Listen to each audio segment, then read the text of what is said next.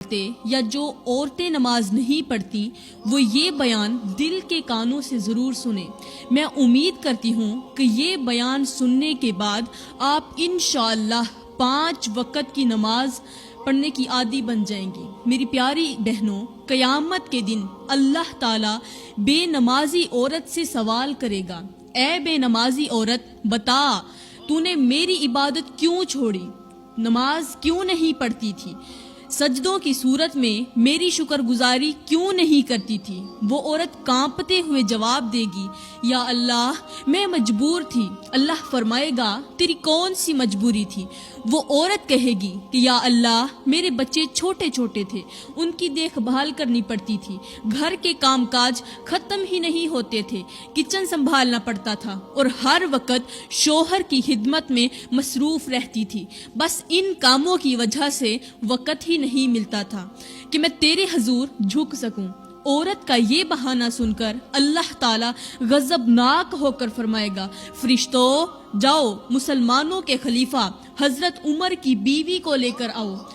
وہ میری نیک بندی جو دنیا میں مصروفیات کے باوجود بھی میری عبادت کرتی تھی، جس کا شوہر 24 لاکھ مربع میل کا شہنشاہ تھا، اتنے بڑے بادشاہ کی خدمت کرنے کے باوجود بھی وہ میری عبادت کے لیے وقت نکالا کرتی تھی۔ اللہ کا یہ حکم سنتے ہی فرشتے جلدی سے جنت کے باغوں میں جائیں گے، جہاں حضرت عمر کی زوجہ محترمہ سجدے میں سر رکھے اللہ کی حمد و ثنا کر رہی ہوگی، اس کے چہرے پر نور برس رہا ہوگا۔ فرشتے اسے اللہ کے حضور لے آئیں گے۔ اللہ تعالیٰ بے نمازی عورت کی طرف اشارہ کرتے ہوئے فرمائے گا، یہ دیکھو یہ بھی کسی کی بیوی تھی، اس کے بھی بچے تھے، اسے بھی گھر کے کام کاج کرنے پڑتے تھے، شوہر کی خدمت بھی اس پر فرض تھی، لیکن اس نے کبھی بھی میری عبادت کو نہیں چھوڑا، اس نے کبھی بھی میرے سجدے قضا نہیں کیے، یہ راتوں کو اٹھ اٹھ کر میرے سامنے گڑ گڑاتی تھی، دن میں اپنی مصروفیات کے باوجود نماز کے لیے وقت نکالتی تھی۔ یہ سنتے ہی بے نمازی عورت شرمندگی سے اپنا سر جھکا لے گی، بے نمازی عورت کی زبان بند ہو جائے گی اور اس کی آنکھوں سے آنسو بہنے لگیں گے، لیکن اب پچھتاوا بے سود ہوگا۔ اللہ تعالیٰ فرمائے گا، فرشتوں اس گنہگار اور میری نافرمان عورت کو جہنم میں لے جاؤ اور سب کو بتا دو کہ میرے حکم کو بہانے سے ٹالنے والوں کا انجام یہی ہوتا ہے۔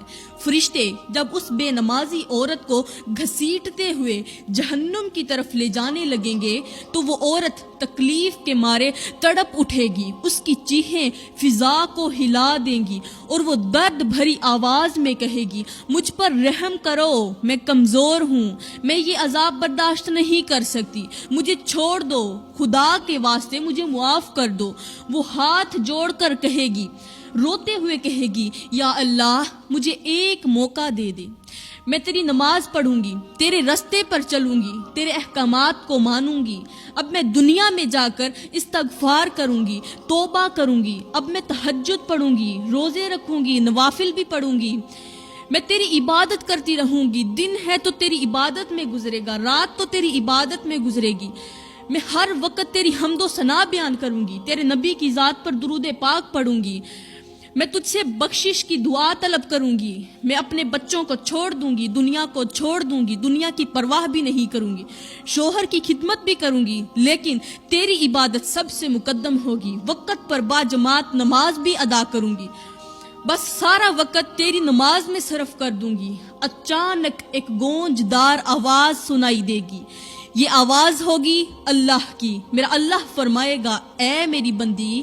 تجھ پر رحم کیا گیا تھا دنیا میں، تجھے موقع بھی دیا گیا تھا دنیا میں، لیکن تو دنیا کی لذتوں میں مگن رہی۔ آج رحم کا وقت نہیں، آج تو تیرے حساب کا وقت ہے، آج تو تیرے کیے کی سزا اور جزا دینے کا وقت ہے۔ یہ سن کر وہ عورت زور سے چیخنے لگے گی، اس کے دل پر ایک ایسی افسوس کی چوٹ پڑے گی کہ وہ خود کو زمین پر رگڑنے لگے گی، اپنے چہرے کو اپنے ہاتھوں سے نوچنے لگے گی، لیکن اب یہ چیخو پکار بے سود ہوگی۔ اس کا کوئی فائدہ نہیں ہوگا. اس کی ہر چیخ اور ہر آنسو اس کے گناہوں کی گواہی دے رہے ہوں گے.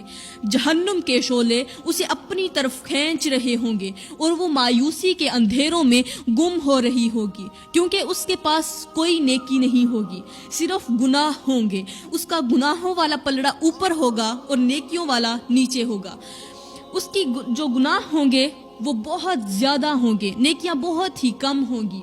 پھر اللہ تعالیٰ دوسری بے نمازی عورت کو بلائے گا، اس سے سوال کرے گا، تو نے میری نماز کیوں ترک کی، میری عبادت سے کیوں منہ موڑا؟ وہ عورت کپ کپاتے ہوئے، آنکھوں سے آنسو بہاتے ہوئے عرض کرے گی، یا اللہ، میرا شوہر بہت ہی سخت مزاج تھا، اس کے جاہو جلال اور دباؤ کے آگے میری ہمت جواب دے جاتی تھی. بس اپنے شوہر کے غصے اور حکم عدولی کے ڈر سے میں تیری نماز بھول گئی تھی. عورت کا یہ بہانہ سن کر اللہ تعالیٰ فرمائے گا، فرشتوں، جاؤ فرعون کی بیوی آسیہ کو لے کر آؤ، جس نے دنیا کے سب سے بڑے ظالم شوہر کے ہوتے ہوئے بھی میری عبادت نہیں چھوڑی. اللہ کا یہ حکم سنتے ہی فرشتے جنت کے اعلیٰ مقام کی طرف دوڑیں گے. جنت میں جو سب سے اونچا مقام ہوگا، جو سب سے بڑا مقام ہوگا، اعلیٰ مقام ہوگا، اس مقام کی طرف فرشتے دوڑیں گے. کہاں جا رہے ہیں؟ حضرت آسیہ کو لینے، جہاں حضرت آسیہ نورانی لباس میں جنت کے دروازے پر اللہ کی حمد و ثنا کر رہی ہوگی. آسیہ کون؟ فرعون کی بیوی. اور فرعون کون؟ دنیا کا سب سے بڑا ظالم بادشاہ. فرشتے حضرت آسیہ کو اللہ کے عرش کے سامنے لے آئیں گے. اب اللہ تعالیٰ اس بے نمازی عورت کی طرف دیکھتے ہوئے فرمائے گا، اے میری نافرمان عورت، یہ دیکھ، یہ بھی ایک عورت تھی، اس کا شوہر بھی دنیا کا سب سے بڑا ظالم بادشاہ تھا، جو خود کو رب بھی کہلواتا تھا. میری یہ بندی اپنے شوہر کے ظلم کے باوجود بھی میری پناہ میں رہی اور اپنی جان کی قربانی دینے کے لیے تیار رہی. اس نے کبھی نماز نہیں چھوڑی، کبھی مجھے سجدہ نہیں چھوڑا. حضرت آسیہ کو دیکھتے ہی وہ بے نمازی عورت جو ہوگی، اس کا چہرہ شرمندگی سے جھک جائے گا، لیکن کوئی معافی کی گنجائش باقی نہ ہوگی. اللہ تعالیٰ فرمائے گا، فرشتوں، جاؤ اس بے نمازی عورت کو ان لوگوں کے ساتھ کھڑا کر دو جو دنیا کی عارضی آزمائشوں کو میری عبادت سے زیادہ اہم سمجھتے تھے. فرشتے اس بے نمازی عورت کو گھسیٹتے ہوئے عذاب کی طرف لے جائیں گے اور بے نمازی عورت کی چیخ و پکار قیامت کے شور میں دب جائے گی. وہ روئے گی، وہ چیخے گی، پکارے گی، چلائے گی، مدد بھی مانگے گی، معافی بھی مانگے گی، لیکن اس کی تمام چیخ و پکار، قیامت کا شور اتنا زیادہ ہوگا کہ اس کے نیچے دب جائے گا. بے نمازیوں کی صف کانپتے ہوئے کھڑی ہوگی. ان میں کچھ وہ ہوں گے جو دنیا کے کاموں میں مشغول ہو کر نماز چھوڑ بیٹھے تھے. کچھ وہ ہوں گے جو اپنے گھر والوں کی خدمت کو بہانہ بناتے تھے، اور کچھ وہ ہوں گے جو وقت کی کمی کا عذر پیش کرتے تھے. کچھ وہ لوگ ہوں گے جو کہیں گے ہم کام کرتے تھے، ہمارے چھوٹے چھوٹے بچے تھے، ان کے لیے روزی روٹی کمانے جاتے تھے، مالک نماز نہیں پڑھنے دیتا تھا.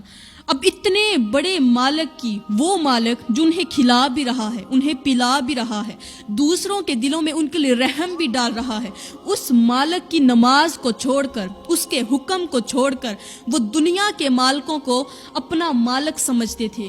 وہ بہانہ پیش کریں گے کہ یا اللہ، ہمارے بچے چھوٹے چھوٹے تھے، ان کے لیے روزی روٹی کمانے جاتے تھے، اور مالک ہمیں نماز کا وقت نہیں دیتا تھا. اگر ہم نماز پڑھتے تھے تو اتنے وقت کی ہماری جو تنخواہ تھی اس میں کمی کر دیتے تھے، کٹوتی کر دیتے تھے، اس لیے ہم نماز نہ پڑھ سکے. وہ بے نمازیوں کی صف ہوگی اور وہ اس طرح کے عذر پیش کر رہے ہوں گے. ہائے میری بہنوں، دن میں 5 ٹائم نماز پڑھنے کی اپنی عادت بنا لو، بس یہ سوچ کر کے کہ ہو سکتا ہے یہ نماز تمہاری زندگی کی آخری نماز ہو سکتا ہے یہ اذان تمہارے کانوں میں آخری مرتبہ گونجی ہو، شاید یہ وہ لمحہ ہو جب تمہارا رب تمہیں آخری بار مسجد میں آنے کا موقع دے رہا ہو، تمہیں مصلی پر بیٹھ کر نماز پڑھنے کا، دعائیں مانگنے کا آخری بار موقع دے رہا ہو۔ سوچو اگر یہ آخری موقع ہو اور تم نے اسے گنوا دیا تو کیا جواب دوگی؟ یہ وقت واپس نہیں آتا اور شاید قبر کے اندھیرے میں یہی نماز تمہاری نجات بن جائے۔ اللہ کے حضور جھکنے کے لیے کوئی لمحہ بھی ضائع نہ کرو، کہیں ایسا نہ ہو کہ زندگی تم سے پہلے ہی ختم ہو جائے۔ اب چھوٹا سا ایک واقعہ سناتی ہوں، واقعہ دل کے کانوں سے سننا کیونکہ یہ زندگی بدلنے کا ذریعہ بنے گا۔ مجھے امید ہے کہ یہ واقعہ آپ کو سوچنے پر مجبور کر دے گا کہ ہم نمازوں کو کس طرح ضائع کر رہی ہیں، ہم نے اپنی زندگی کے قیمتی سے قیمتی لمحات کو کیسے ضائع کیا۔ تو پھر سنیے، ایک 8 سال کا بچہ روتے ہوئے مسجد کی طرف بھاگ رہا تھا، اس کے قدموں میں بے چینی تھی اور آنکھوں میں آنسو تھے۔ راستے میں ایک شخص نے اسے روک کر کہا، بیٹے کہاں جا رہے ہو اور تمہاری آنکھوں میں آنسو کیوں ہیں؟ اکثر کوئی بچہ رو رہا ہو تو کوئی رحم دل انسان کھڑا ہو کر پوچھ لیتا ہے کہ بیٹا تم کیوں رو رہے ہو، کیا پریشانی ہے، کس وجہ سے روتے ہوئے بھاگتے جا رہے ہو؟ کیا تمہاری ماں کہیں جا رہی ہے، اس کے پیچھے بھاگ رہے ہو، کیا وجہ ہے؟ اسی طرح اس شخص نے اس بچے کو روک کر کہا کہ بیٹے کہاں جا رہے ہو، تمہاری آنکھوں میں آنسو کیوں ہیں؟ بچہ ہچکیاں لیتے ہوئے بولا، مجھے جانے دو، آج میرے باپ سے ایک بہت بڑا گناہ ہو گیا ہے اور میں باپ کی جگہ اس گناہ کی معافی مانگنے کے لیے مسجد میں جا رہا ہوں۔ وہ شخص حیرت سے پوچھنے لگا، آخر تمہارے باپ سے کون سا گناہ سرزد ہو گیا ہے جو تم اس قدر بے چین ہو؟ بچہ اپنی آنکھوں سے آنسو صاف کرتے ہوئے کہنے لگا، آج میرے باپ سے فجر کی نماز چھوٹ گئی ہے۔ مجھے سمجھ نہیں آتا کہ میرے باپ نے ایسا کون سا گناہ کیا ہوگا جس کی وجہ سے اللہ تعالیٰ نے آج اسے سجدے کی توفیق سے محروم کر دیا۔ آخر میرے باپ نے ایسا کون سا گناہ کیا ہوگا جس گناہ کی وجہ سے اللہ تعالیٰ نے میرے باپ سے سجدے کی توفیق چھین لی اور میرا باپ فجر کی نماز نہ پڑھ سکا۔ ہائے، بچہ تو جواب دے کر چلا گیا، لیکن اس شخص کو سوچنے پر مجبور کر دیا کہ اس باپ کی، وہ لڑکا جو تھا، اس باپ کی ایک وقت کی نماز چھوٹی ہے۔ اس کے باپ نے صرف ایک وقت کی نماز چھوڑی ہے، 5 وقت کی بات نہیں کر رہی، 2 دن کی 10 نمازوں کی بات نہیں کر رہی، ایک وقت کی ایک نماز کی بات کر رہی ہوں۔ وہ سوچنے پر مجبور ہو گیا کہ اس کے باپ کی ایک وقت کی نماز چھوٹی ہے اور بیٹے کو اس قدر احساس ہوا ہے کہ معصوم بچے کا سینہ چھلنی ہو گیا ہے، لیکن افسوس کہ میری زندگی کی تمام نمازیں چھوٹ گئیں اور مجھے ذرا بھی احساس نہیں ہوا۔ میں نے زندگی میں کوئی سجدہ نہیں کیا، کبھی فجر نہیں پڑھی، کبھی ظہر نہیں پڑھی، کبھی عصر نہیں پڑھی، کبھی مغرب عشاء نہیں پڑھی، تہجد تو رہی دودھ کی بات، تہجد کا تو کبھی سوچا ہی نہیں، تہجد تو بڑی دور کی بات، کبھی فرض 5 نمازوں کا تو میں نے سوچا ہی نہیں، میں نے کبھی اللہ کے حضور کوئی سجدہ نہیں کیا، اور بیٹے کے، اس لڑکے کے باپ کی ایک نماز چھوٹی ہے، خود کی نہیں، باپ کی ایک نماز چھوٹی ہے، اور بچے کا حال یہ ہے کہ وہ روتا ہوا مسجد کی طرف جا رہا ہے اللہ سے باپ کی جگہ معافی مانگنے کے لیے کہ نہ جانے باپ سے کون سا گناہ ہو گیا ہے جس کی وجہ سے اللہ تعالیٰ نے میرے باپ کو آج صبح فجر کے سجدوں سے محروم کر دیا۔ اور ایک میں ہوں، وہ شخص سوچنے لگا کہ ایک میں ہوں جس نے کبھی زندگی میں کوئی نماز نہیں پڑھی، میری کتنی نمازیں چھوٹ گئیں اور مجھے ذرا بھی احساس نہیں ہوا، میری زندگی میں کتنی بار فجر کا وقت آیا، ظہر کا وقت آیا، عصر، مغرب، عشاء کا وقت آیا، لیکن میں نے کبھی بھی اللہ کو سجدہ نہیں کیا۔ اس بچے کی باتوں نے نہ صرف اس شخص کے دل کو جھنجھوڑا بلکہ اسے اپنی زندگی کا جائزہ لینے پر مجبور کر دیا۔ وہ سوچنے لگا کہ قیامت کے دن جب اللہ مجھ سے پوچھے گا کہ اے میرے بندے بتا تو صحیح میرے لیے کون سا تحفہ لے کر آیا ہے، نماز کا تحفہ لے کر آیا ہے، روزے کا تحفہ لے کر آیا ہے، سچ کا تحفہ لے کر آیا ہے، راتوں کے تہجد کا تحفہ لے کر آیا ہے، بتا تو صحیح کون سا تحفہ لے کر آیا ہے، کس نیکی کا تحفہ لے کر آیا ہے، میرے غریبوں کی مدد کا تحفہ لے کر آیا ہے، یتیموں کو کھانا کھلانے کا تحفہ لے کر آیا ہے، یا کوئی اور نیکی والا تحفہ یا اس سے بھی بڑھ کر کوئی تحفہ لے کر آیا ہے، میرے نبی کی ذات پر درود پڑھنے کا تحفہ لے کر آیا ہے، بتا تو صحیح تو میرے لیے، میں رب کے لیے، اپنے دوست کے لیے کون سا تحفہ لے کر آیا ہے۔ وہ جب دنیا کا کوئی دوست اپنے دوست سے ملنے کے لیے، ملاقات کرنے کے لیے جاتا ہے تو اپنے دوست کے لیے کوئی نہ کوئی تحفہ ضرور لے کر آیا ہے، وہ ضرور کوئی نہ کوئی تحفہ لے کر آتا ہے۔ بتا تو صحیح تو میں رب کے لیے، اپنے دوست کے لیے کون سا تحفہ لے کر آیا ہے۔ آج تو مجھ سے ملاقات کرتے وقت کس چیز کا، کس نیکی کا تحفہ لے کر آیا ہے، تو پھر اس وقت میں اپنے رب کو کیا کہوں گا؟ کیا کہوں گا کہ اللہ میں گناہوں کی گٹھری لے کر آیا ہوں۔ اس وقت تمام نبیوں رسولوں کی امتوں کے سامنے گناہوں کی گٹھڑی دکھاتے ہوئے مجھے شرم نہیں آئے گی؟ خدارا میری بہنوں اور بھائیوں، قبل اس کے کہ یہ وقت گزر جائے، کاش میری بات تمہارے دلوں میں اتر جائے۔ یہ زندگی کی سانسیں، یہ زندگی کے لمحات تمہارے لیے بہت زیادہ قیمتی ہیں۔ انہی لمحوں میں کچھ کر لو، نماز پڑھ لو، خدا کی یاد اور محبت کے دیے اپنے دل میں جلا لو، معلوم نہیں پھر فرصت ملے نہ ملے۔ نماز وہ عظیم فریضہ ہے جو انسان کو اس کے رب کے قریب کر دیتا ہے، بالکل ساتھ جوڑ دیتا ہے، لیکن آج کے معاشرے میں یہ فریضہ محض ایک رسم بنتا جا رہا ہے۔ ہم دن رات دنیاوی مصروفیات میں غرق ہیں، مال و دولت کی دوڑ میں بھاگتے ہوئے یہ بھول گئے ہیں کہ اصل کامیابی اس وقت ہے جب ماتھا خاک پر جھکے اور دل اللہ کے حضور حاضر ہو جائے۔ آج لوگ نماز کو وقت کی کمی کا بہانہ بنا کر چھوڑ دیتے ہیں، لیکن یہ نہیں سوچتے کہ جس وقت کو ہم نماز کے بغیر گزار رہے ہیں وہی وقت قیامت کے دن ہمارے لیے گواہی دے گا۔ آج کا انسان اپنی دولت، عزت اور طاقت پر فخر کرتا ہے۔ کسی کے پاس تھوڑی سی دولت آ جائے، غرور آ جاتا ہے اس کے اندر۔ کسی کے پاس پیسہ آ جائے، مال و دولت آ جائے، بڑی گاڑی آ جائے، بنگلہ مل جائے اس کو، تو اس کے اندر غرور بھر جاتا ہے، اس کا دل تکبر کرنے لگتا ہے۔ لیکن یاد رکھو کہ قبر کے اندھیروں میں یہی غرور، یہی فخر ایک خوفناک بوجھ بن جائے گا، یہ کیڑے مکوڑوں کی شکل اختیار کر جائے گا۔ اب ذرا تصور کریں کہ ایک شخص کشتی میں سوار ہو کر سمندر کے سفر پر نکلتا ہے۔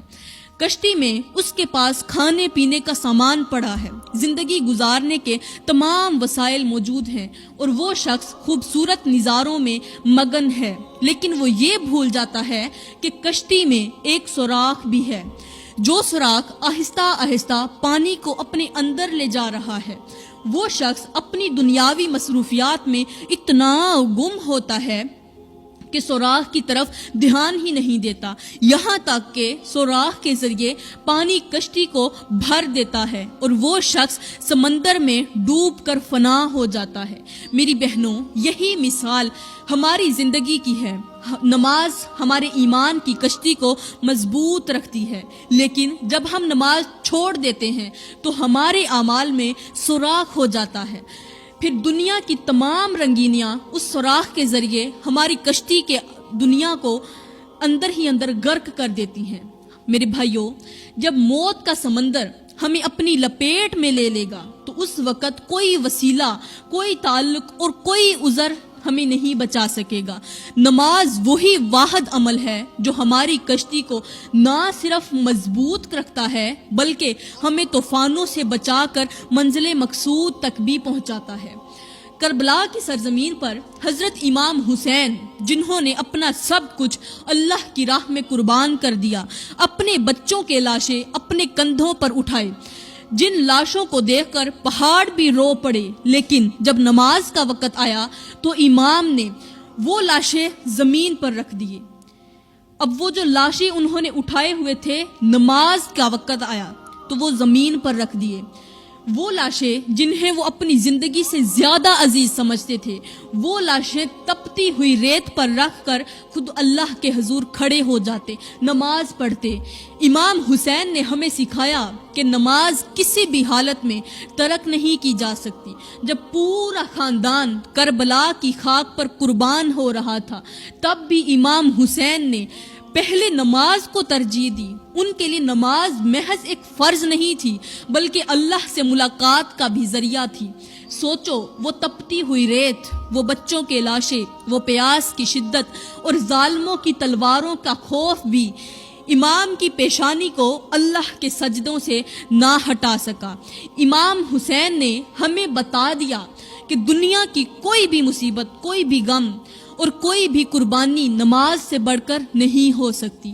یہ واقعہ ہم سب کے لیے ایک زبردست سبق ہے کہ ہم کتنی ہی مشکل میں کیوں نہ ہوں، نماز کو کبھی بھی نہ چھوڑیں، کیونکہ جو نماز کربلا کی ریت پر ادا کی گئی، وہی نماز قیامت کے دن ہماری نجات کا ذریعہ بنے گی۔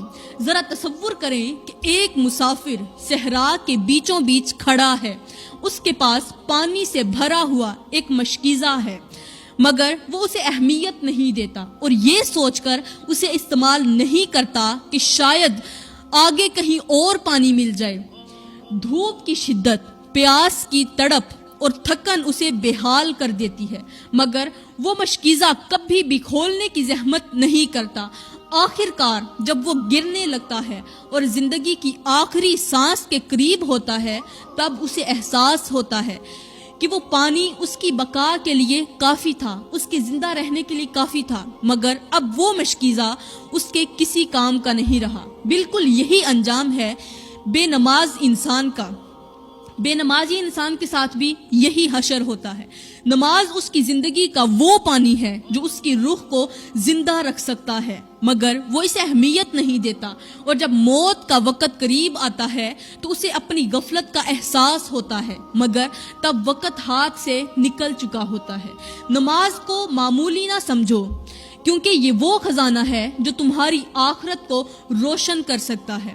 اب میں آپ کو بتاتی ہوں کہ جو لوگ نماز پڑھتے ہیں ان کے لیے اللہ کے رسول نے کیا خوشخبری دی ہے، اور جو لوگ نماز نہیں پڑھتے ان کو کیسے عذاب ملے گا، کس طرح جہنم ان کو اپنے اندر جھلسائے گی، کس طرح وہ تڑپیں گے، چیخیں گے۔ ان کے لیے اللہ کے رسول نے کون سی وعید سنائی ہے۔ میری پیاری بہنوں، میرے کریم نبی حضرت محمد مصطفیٰ صلی اللہ علیہ وآلہ وسلم، آپ نے فرمایا، جو شخص اللہ کے لیے خشوع و خضوع کے ساتھ وضو کرتا ہے اور پھر نماز کے لیے کھڑا ہوتا ہے، اس کے گناہ درخت کے پتوں کی طرح جھڑ جاتے ہیں۔ اس حدیث میں نماز کی فضیلت کو نہایت خوبصورتی کے ساتھ بیان کیا گیا ہے۔ نماز صرف ایک عبادت نہیں، بلکہ یہ روح کی پاکیزگی اور دل کی صفائی کا ذریعہ ہے، اور حضرت امام حسین کے مطابق یہ اللہ کے ساتھ ملاقات کرنے کا بھی ذریعہ ہے۔ جس طرح درخت اپنے پرانے اور بوجھل پتوں کو جھاڑ کر تازگی حاصل کرتا ہے، ویسے ہی ایک مومن جب وضو کرتا ہے اور اللہ کے حضور جھک جاتا ہے تو اس کے گناہ مٹ جاتے ہیں۔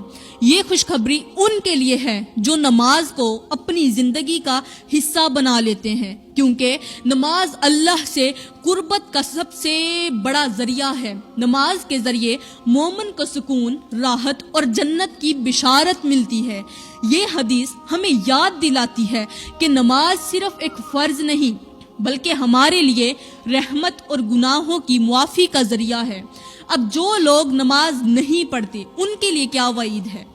پیاری بہنوں، نبی کریم صلی اللہ علیہ وآلہ وسلم نے فرمایا، نماز چھوڑنے والے اور کفر کے درمیان فرق صرف نماز کا ہے۔ جو لوگ نماز نہیں پڑھتے، بے نمازی لوگوں اور کافروں کے درمیان فرق صرف نماز کا ہے۔ بے نمازی جو مسلمان ہے، مسلمان جو ہے وہ صرف نماز پڑھتا ہے اس لیے مسلمان ہے، اور جو کافر ہے وہ نماز نہیں پڑھتا، نماز نہ پڑھنے کی وجہ سے وہ کافر ہے۔ یہ حدیث ان لوگوں کے لیے ایک سنگین وارننگ ہے کہ جو نماز کو نظر انداز کرتے ہیں۔ نبی کریم نے واضح طور پر بیان کیا ہے کہ نماز اور کفر کے درمیان ایک باریک لکیر ہے، اور وہ لکیر نماز ہے۔ اگر کوئی جان بوجھ کر نماز کو چھوڑ دیتا ہے تو وہ در حقیقت اللہ کے حکم کو نظر انداز کر رہا ہے۔ نماز چھوڑنا صرف ایک عمل کی کمی نہیں بلکہ یہ اللہ کے ساتھ کیے گئے بندگی کے عہد کو توڑنے کے مترادف ہے۔ قیامت کے دن سب سے پہلا سوال نماز کے بارے میں ہوگا، اور جو اس امتحان میں ناکام ہوگا اس کے لیے آگے کے راستے، آگے کی منزلیں مزید دشوار ہو جائیں گی۔ یہ حدیث ہمیں جھنجھوڑ کر یاد دلاتی ہے کہ نماز کو چھوڑنے کی غفلت نہ صرف دنیا اور آخرت کی تباہی ہے بلکہ یہ دنیا میں بھی اللہ کی رحمتوں سے محرومی کا ذریعہ بن سکتی ہے۔ یہ دونوں احادیث ایک واضح پیغام دیتی ہیں کہ نماز نہ صرف جنت کے دروازے کھولتی ہے بلکہ نماز کو چھوڑ دینا ان دروازوں کو بند کر دیتا ہے۔ ہمیں اپنی زندگی میں نماز کو ترجیح دینی چاہیے کیونکہ یہ دنیا اور آخرت کی کامیابی کی کنجی ہے۔ اب ایک شخص تھا جسے نماز پڑھنے کے بارے میں بارہا تلقین کی گئی، مگر وہ ہر بار یہ کہہ کر ٹال دیتا کہ ابھی وقت ہے، جب دل کرے گا تو پڑھ لوں گا، ابھی کافی وقت پڑا ہے، کافی زندگی لمبی ہے، جب میرا آخری وقت آئے گا، جب میری جوانی ختم ہوگی، بڑھاپے میں بیٹھ کر نمازیں پڑھ لوں گا۔ وہ دنیا کے کاموں میں مصروف رہتا، نماز کو اپنی زندگی کا بوجھ سمجھتا اور کہتا کہ اللہ تو معاف کرنے والا ہے۔ پھر ایک دن ایسا آیا کہ وہ اپنے بستر پر پڑا ہوا تھا، سانسیں ٹوٹ رہی تھیں اور آنکھیں پتھرا رہی تھیں۔ رشتہ دار اسے کلمہ پڑھنے کو کہہ رہے تھے مگر زبان اس کا ساتھ نہیں دے رہی تھی۔ اسی لمحے ایک سایہ اس کے قریب آیا اور ایک آواز گونجی، تمہیں زندگی میں اتنا وقت دیا مگر تم نے مجھے یاد نہ کیا، آج میں بھی تمہاری پکار کا جواب نہیں دوں گا۔ وہ شخص بے بسی سے تڑپتا رہا مگر اس کی آخری سانس بھی اس کا ساتھ چھوڑ گئی۔ قبر کے گھڑے میں جب اسے اتارا گیا تو فرشتوں نے پوچھا، تیری نماز کہاں ہے؟ وہ چیخ کر کہنے لگا، مجھے ایک موقع اور دے دو، مگر جواب نہ آیا۔ یہ وقت کا پہیہ کبھی نہیں ٹلتا۔ جواب یہی آیا کہ وقت کا پہیہ کبھی نہیں پلٹتا، پچھلا وقت کبھی بھی نہیں آئے گا، اب تجھے دوبارہ موقع نہیں دیا جائے گا کیونکہ تجھے موقع دیا گیا تھا دنیا میں، لیکن تو نے دنیا کی لذتوں میں آ کر خدا کو بھلا دیا، نماز نہیں پڑھی، اب تجھے کبھی بھی دوسرا موقع نہیں ملے گا، اب صرف تجھے عذاب ملے گا۔ پیاری بہنوں، اب تم خود فیصلہ کرو، کیا یہ مثال تمہیں جھنجھوڑنے کے لیے کافی ہے یا نہیں؟ بس آخر میں دعا کرتی ہوں کہ یا اللہ ہمیں 5 وقت کا نمازی بنا دے اور ہمارے دلوں کو اپنی عبادت کا شوق عطا فرما، ہمیں گناہوں سے بچا اور اپنی ہدایت پر ثابت قدم رکھ، ہمارے دلوں کو ایمان کی روشنی سے منور کر اور ہمیں اپنی قربت کا حقدار بنا دے۔ آمین ثم آمین، وما علینا الا البلاغ المبین۔